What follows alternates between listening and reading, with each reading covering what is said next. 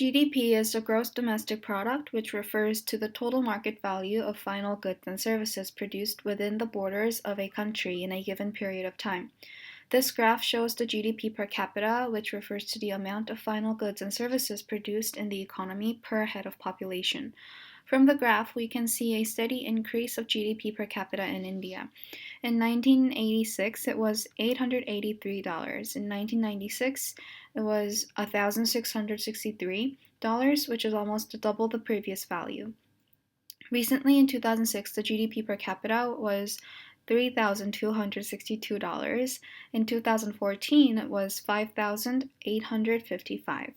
Aside from this, there are nominal GDP and real GDP. Nominal GDP refers to the GDP in current dollars, while real GDP refers to GDP in constant dollars that takes into account the inflation rate.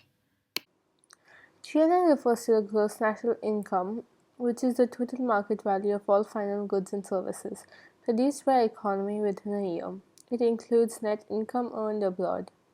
The graph shows two values. The bar represents gross national income or GNI, while the red line represents the GNI per capita.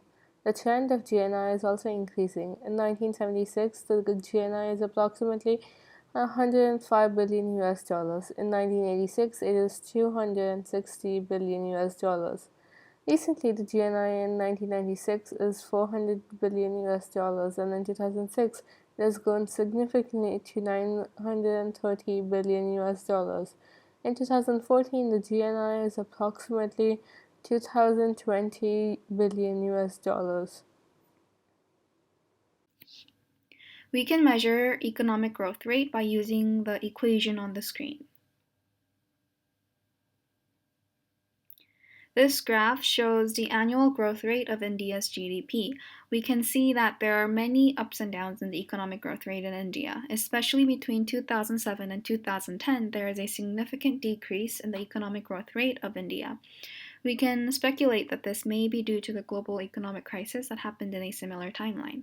However, the recent economic growth rate seems to show that the Indian economy is stabilizing, since the difference between the ups and downs are getting smaller.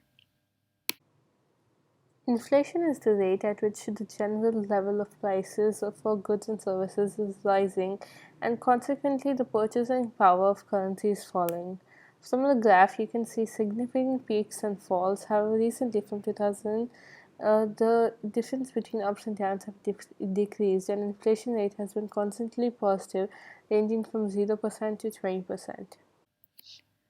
Unemployment rate is the percentage of total workforce who are unemployed and are looking for a paid job. Unemployment rate is one of the most closely watched statistics because a rising rate is seen as a sign of weakening economy that may call for a cut in interest rate. A falling rate similarly indicates a growing economy, which is usually accompanied by higher inflation rate and may call for increase in interest rates.